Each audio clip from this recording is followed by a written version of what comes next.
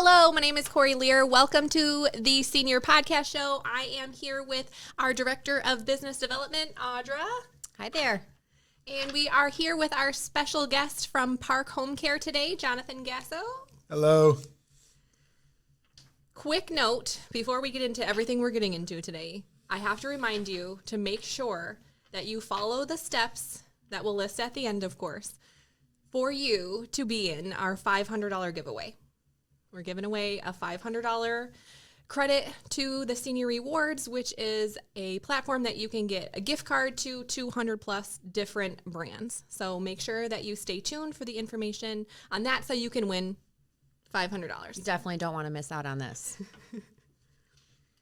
So, Jonathan, we're so happy that you were able to join us today. We know that you're super busy because you are an entrepreneur, a father, A husband, a friend. A lot, yes. Yes. a brother, I know. Yes, and all that. Thank you. Thank you for having me. I appreciate it. I was definitely going to carve out time to be here because I thought it was pretty special and unique to be invited. So thank you. Yeah. So, Jonathan is the founder and CEO of PARC Home Care. Yes. Can you tell us a little bit about PARC and how that came to be? I mean, I guess we should start with maybe your background. Okay, that's fair. So I'm an occupational therapist by trade. So I've been in OT for almost 6 years now, and been in many different settings. But I found a niche in home healthcare that I really liked, and a couple years ago, about 3 years now, built the courage. Definitely will say it was courage to start a company, and it took so much background. Things that I don't even talk about, which was I was reading CMS's manual. It's a big manual. I was reading the home health care manual on our honeymoon. Oh. Hey, that's dedication. Yes. I was just going to Yes. If you talk to anybody who succeed, they have a story like that. Yeah. Yeah. It's true. We were sitting by a poolside, and my wife is enjoying just relaxing by the pool, and I had this thick manual, and I'm sweating because it's hot. That's how I remember it. And anytime people ask, like you said, people have stories like that, and it's like you want to be that dedicated to starting a company the next time you're on vacation or the next time you're doing something that's important. I can tell you this has to be involved. You cannot shut that part off sometimes. Yeah. Absolutely. I mean, I think our founder and CEO, Paul Burke, that's Paul 24/7. Absolutely. 24/7. So, and that's what it takes to succeed. And that's what it takes to give the kind of care that you want to give to your patients, your clients. Absolutely. Is that dedication? So I will say, like, we really do try to simplify at our agency, what sets us apart or what has helped towards our success. It's customer service and patient care. We really try not to overthink or over-strategize on certain things when it comes to having success in healthcare. Your patients have to be taken care of, and then your customers have to be taken care of. And there's a fine line between the two. You're a patient, but you're also a customer. Absolutely. That's right. And those services have to be at the highest level at all times. So in deciding to go towards OT, did you have an experience? Like, how did you decide that OT was it? Yeah, like versus PT or speech. Or just healthcare in general? Absolutely, yeah. Yeah, so I was I got my undergrad degree at U of M, and I was personal training along the way. So obviously fitness had always played a big part of my life.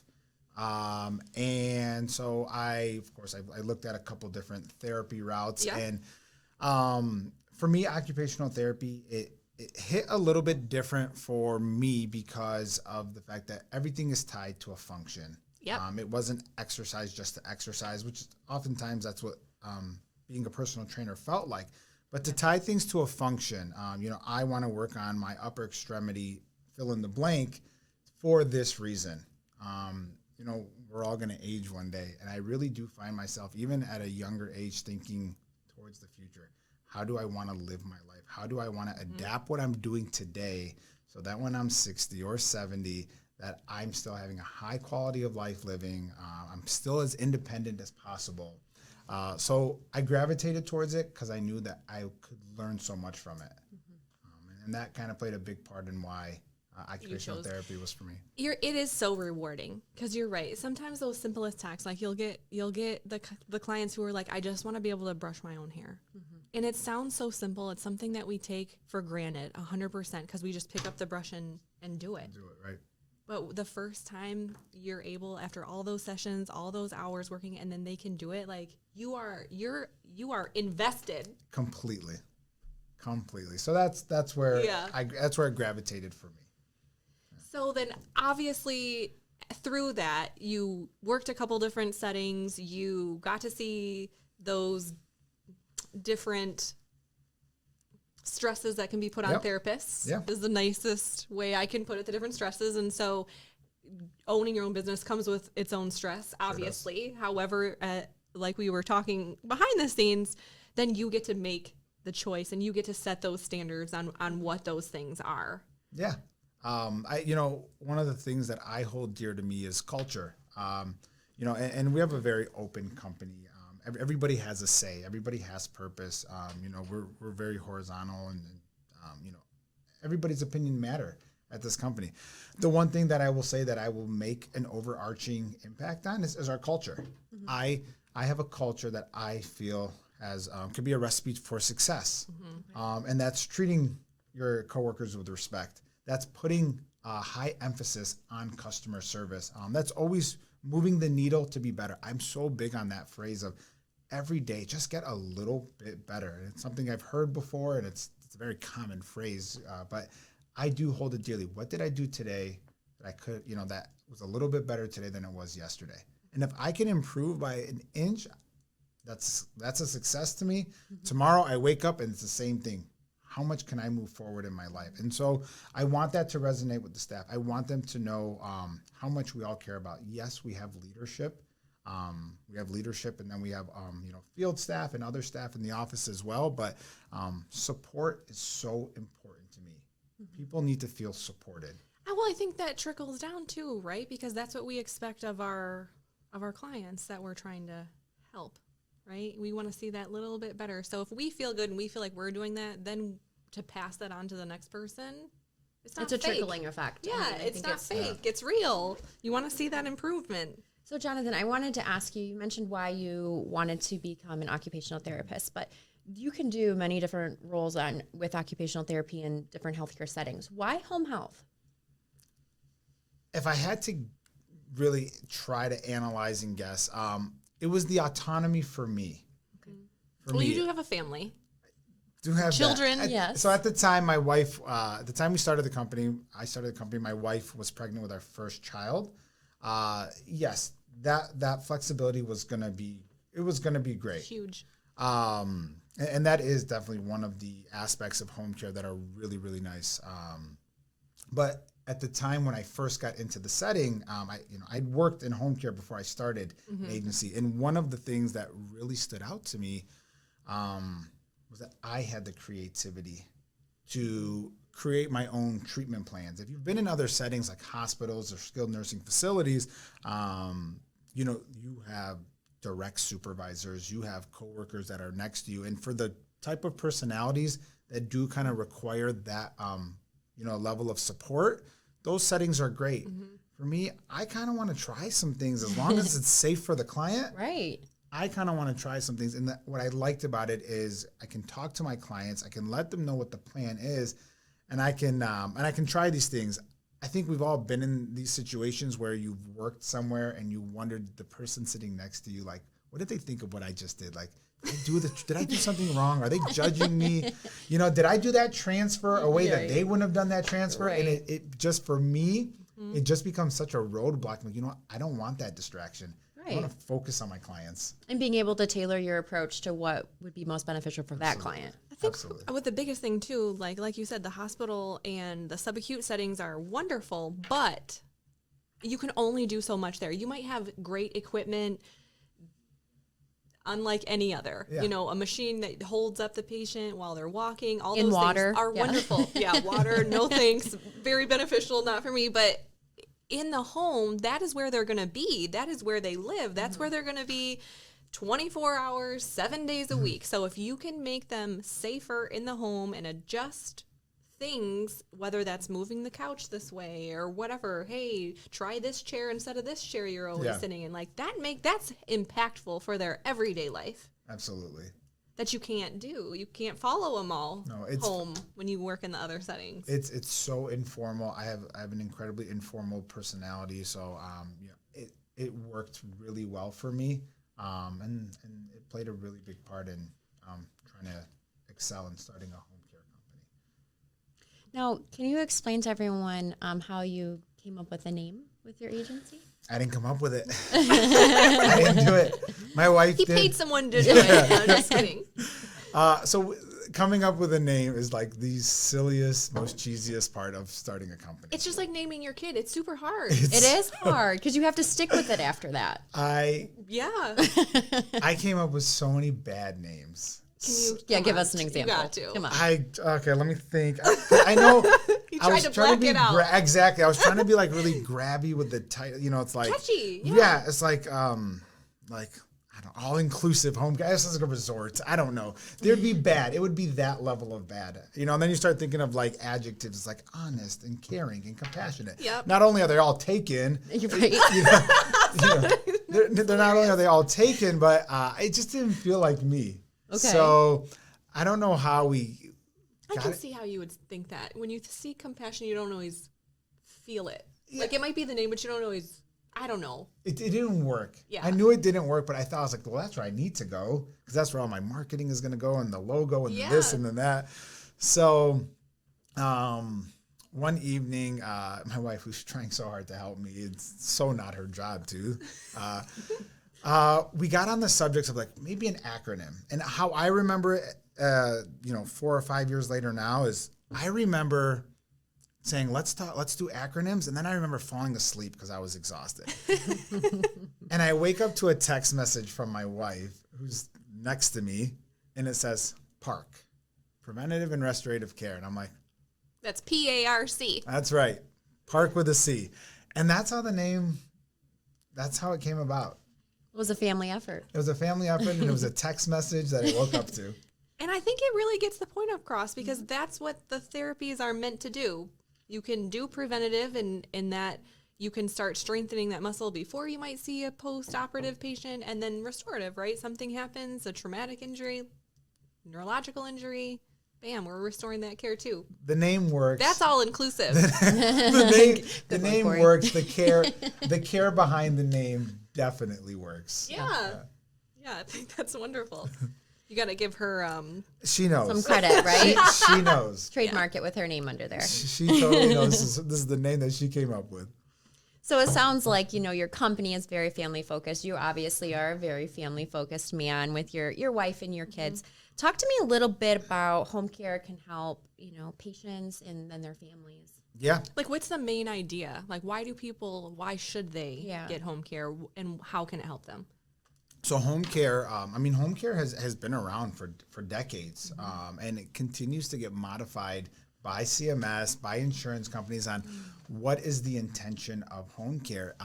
And in the last few years, post-COVID especially, it's really flourished as a space for healthcare. Mm-hmm. And it's only going to continue to grow. A lot of people are more comfortable aging in their home and dealing with their rehabilitation in their home. It's their comfort space. Hospitals. It's more on their terms too. Mm-hmm. So people want to leave the hospitals. The hospitals are okay with people wanting to leave. This is true. So they're doing hip replacements same day. Bye. Hip replacements are now happening in surgery centers. They are walking same day. Which is way different than even 4 years ago. Yes. Oh, absolutely. People used to remain in hospitals for multiple days after something is a replacement. Yeah. We are seeing people 5-6 hours after hip replacement. It blows your mind. Yeah, it's incredible.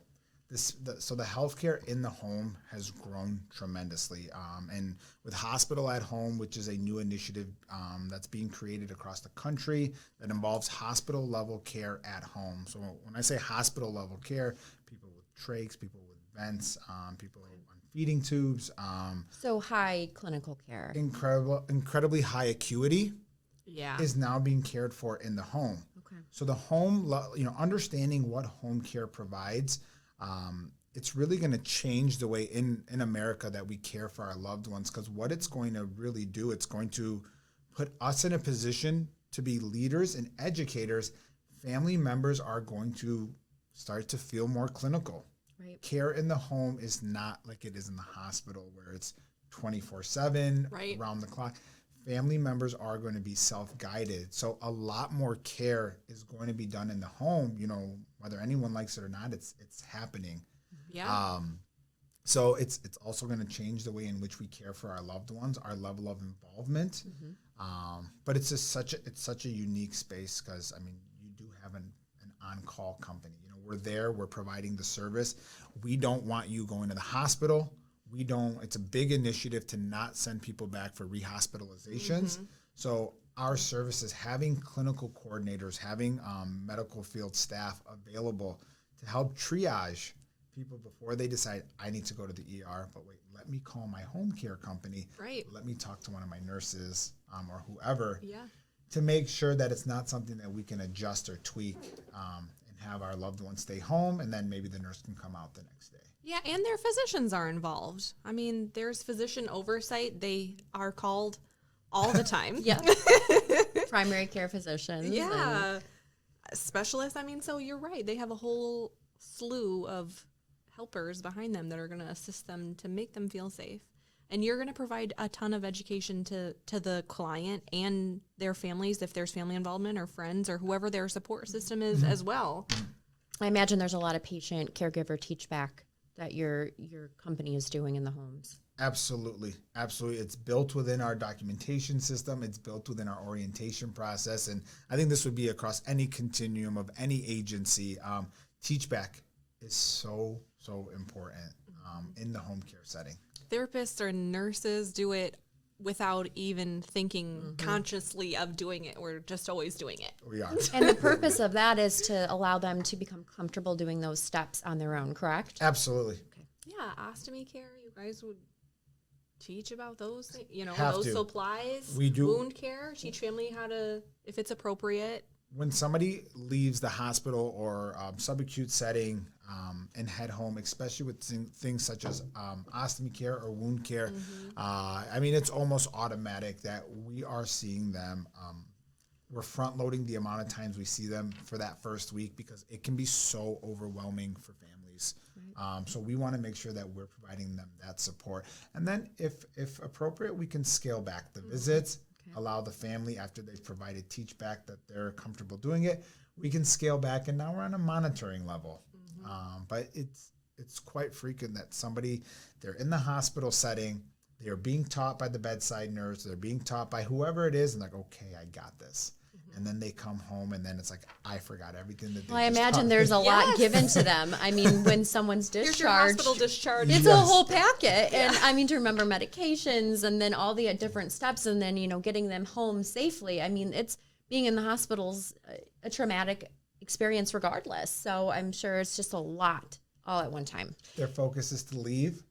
Yep. And once they're finally home, it's like, I wasn't taught any of this. I'm sure they were. Right. But they forget. It's an incredibly anxious time. And that's for anybody at any age. Yeah. It doesn't, even if it's your child that's in that instance, like as the parent, you're worrying about 15 other things. So it goes beyond just the senior population. Absolutely. So talk to me a little bit about how would someone get set up with home care? Yeah, so there's a few different settings in which somebody can get set up with home care. Obviously, if the hospital deems it may be necessary for you to have home health services, and what falls under the umbrella of that, a referral comes from the hospital settings. They also come from skilled nursing facility settings, and they can also come from primary doctors. Lastly, the client themselves can determine if they feel they need that level of care we can provide. They would have to contact their physician to get a script for it, but there are a lot of different avenues in which home care can be started.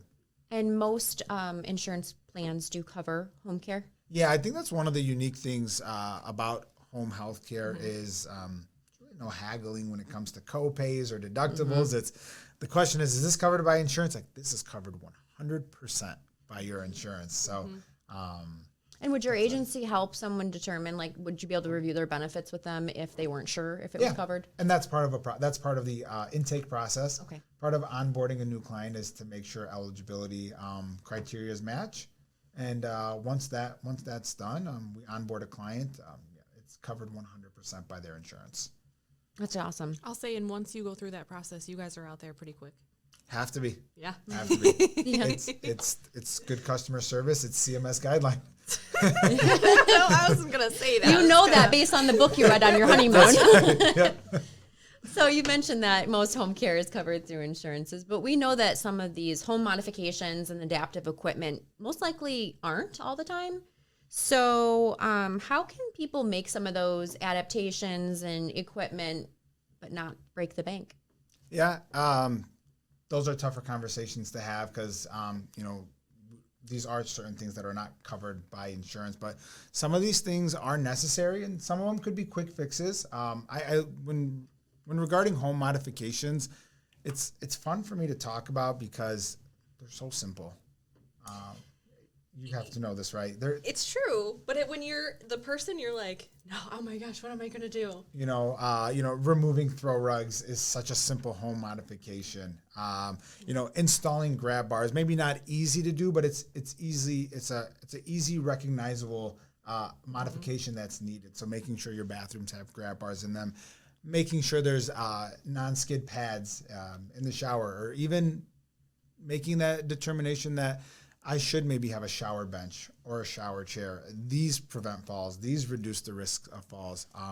Decluttering your home, whatever that definition means to somebody. But again, making something cleaner than it was, the day before. Decluttering a home, going wireless. A lot of our aging population still use whatever the opposite of cordless phone, just a regular phone. Going cordless on certain items. Tucking them in. Tucking in cords. One of my favorites that you can get on Amazon, and there's so many different ways you can get these things are light dimmers. I always advocate anytime I've done an OT eval.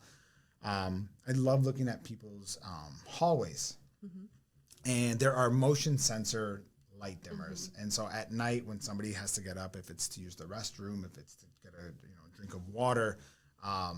That is a good opportunity, not a good opportunity, I should say. It's an opportunity for somebody to be at risk of falling. Right. If their walker is not placed on the right side of the bed, so many people will drop off their walker in their bedroom and then walk over to their bed. I always try to advocate that lock your walker next to the side of the bed that you're sleeping on so that if you do wake up and you do need to get out of your bed for any reason, your walker's right there. And then walking in the hallways, having motion censored lights, and you can adjust the settings of the lights so they're not too bright, but giving yourself like a walkway, a pathway where you can actually see where you're going. Yeah. Very simple. Smart. If your clinicians do go on evaluations, whether that's the nurse or the PT or the OT, speech even, if they determine that they would benefit from a walker or wheelchair, you guys help them to obtain those things, correct? Yeah, absolutely. We get involved with the DME companies. We get the physician involved. Oftentimes, our therapy notes are required to justify, why someone may need a wheelchair or walker. But we like to partner up and use really good DME companies that are keeping customer service and patient care at the highest level, so that we can have short turnaround time. When dealing with insurance and getting things covered by insurance, you're on their time. The requirements are that from the ordering standpoint. Correct. There are so many They want reasons. very many specific things. So there are so many reasons or ways that getting somebody a walker or a wheelchair can get delayed. This documentation is missing. This wording is not accurate. Somebody's not answering from the supply company. Yeah. So many different reasons. But one of the things we take pride in is having a fluid process, having a good system, working with the right partners so that when somebody needs something, we take the steps to get it, and we try to make it as quick as possible. That's why we had to team up with you. Yeah. We knew you had something good in mind. Yeah. So thank you for the tips on that. Do you have any suggestions on maybe something someone can use for therapy or an adaptive piece of equipment that may just be like an everyday household item? Yeah, so when I personally am working with somebody on upper extremity exercises, I go right to the kitchen. Okay. I look for cans. I look for the heaviest cans, the most full can I Those could big find. beans. Big beans, water bottles. Water bottles can be changed. They're a pound. People don't even think about that. They're 16 ounces. That's a pound. If you freeze it, you could probably even do more. So those are some items that I use around the house for upper extremity strengthening. So canned goods, water bottles, paper clips. No, we're gonna have to edit that. Clips. I do this for dexterity. The pinch clips. Pinch clips. Binder clips. The binder clips. Yeah. So for any fine motor activities, I'll look for binder clips. That's where that creativity comes from. That's what makes it so fun of being in the person's home. And then they're more apt to follow through with that because they don't have to buy it. It's sitting in front of them. They already have it. And then you're not taking it with you. Right. And it's not an intimidating piece of equipment that they've never used before right. either. No. How am I supposed to get on this big machine? Yeah. And it's just, It really does help, and it helps people. There's been times where I've gone in for a revisit after I did an evaluation, and we looked at certain things, and they brought certain items to me and says, "Hey, can we use like a clothespin?" Okay, I couldn't find a binder clip, but how about a clothespin? It's like, all right, now you're getting it. Yeah. They're understanding the mechanics and the function that you Correct. talked about earlier, the function behind the exercise. That's right. well, even doing the things in the kitchen, that helps them feel more comfortable and stable. And then they're using all the balance skills, the reaching, depending on what it is their goals are. So there's so many benefits to home care that I think people need to realize, because I think sometimes they think it's not beneficial, or I don't know. I think sometimes the stereotype around it isn't. They feel like maybe they won't be as challenged because they don't have those large pieces of equipment, I guess That's is a what I'm good trying to point. say. And Yeah. that's just not true. No, not at all. We stock our cars full of things. It is. We've got trunk items. We've got Yes. trunk items for that reason. And you know what? There will be oftentimes or now and again, there's going to be clients where maybe home care is not the right setting for them. Even if they meet the criteria, their goals may be different than what we can provide, and that's okay. Yeah. There is a setting for a population that needs this care, and there's a setting for population of people who need different types of care. The people who truly benefit from home care, it's very easy to see after 1 or 2 sessions how they feel about what they're receiving. This is true. And I would always say, hey, if you think that was easy, wait till we do this. We got to start somewhere. We got to test those skills out, right? So I think, and then you really get to know them as well, too, which I think is really important. You get to know them, their family, when you're doing all the education that you're providing and you're challenging them in all these different ways, making them feel more comfortable going up 15 stairs. Yeah. And I'll share that some clients still have my personal numbers. Their family members have still contacted me, non-healthcare related. Sadly, I've gone to funerals of clients because you do get, it's such an intimate setting. You do It is. You're in their personal space. You are. And that's something that's really, really nice about the care is it's not come and go. I think in some acute care settings is you see a client for an hour, you never see them ever again. That's right. Because there are, like we discussed, length of stay expectations within the hospital and such, where they, they're really moving the person through the system. That's right. As CMS regulates. That's so, being in the home, you're able to kind of explore a little bit more.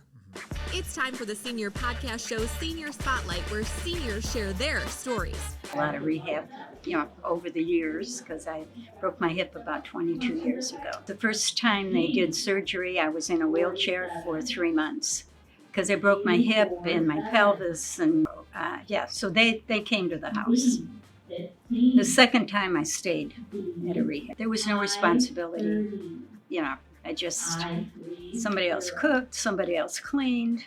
And all you had to focus on was getting better. Is that something that you'd recommend for people to do? Definitely. I don't think you can get well on your own because we don't know how our body works.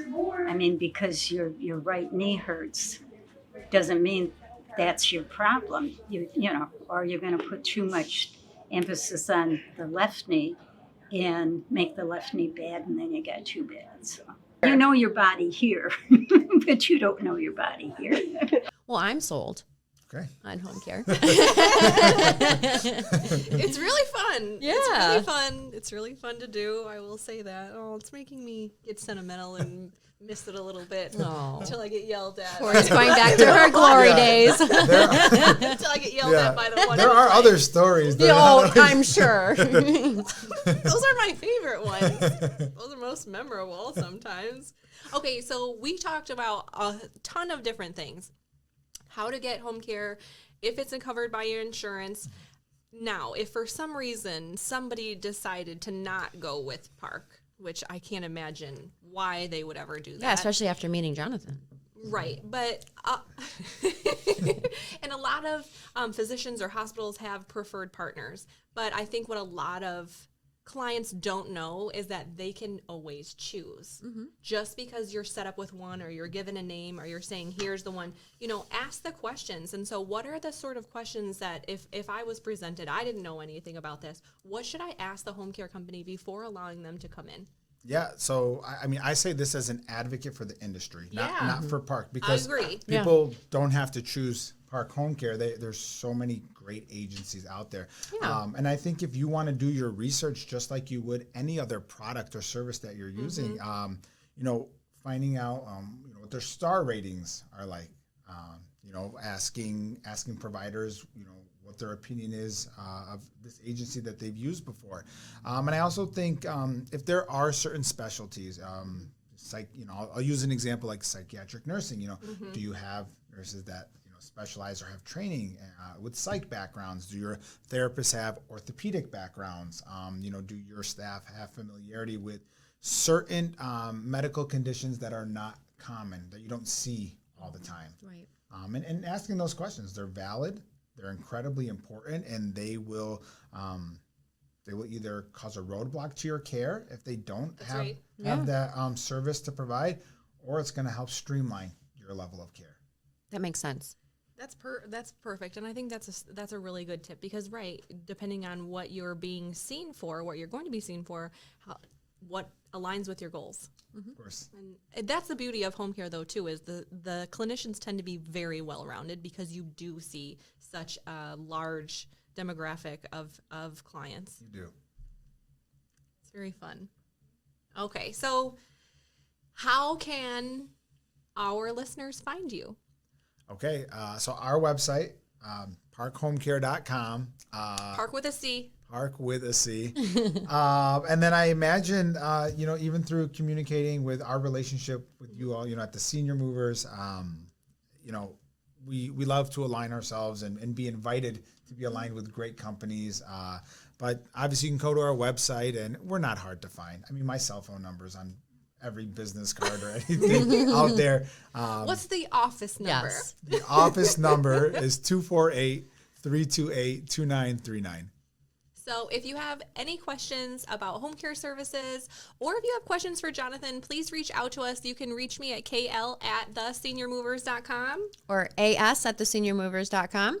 So coming up, we have another great guest for our third podcast show, and we'll make sure we leak a little bit about that in our upcoming graphics and announcements. Sneak peek.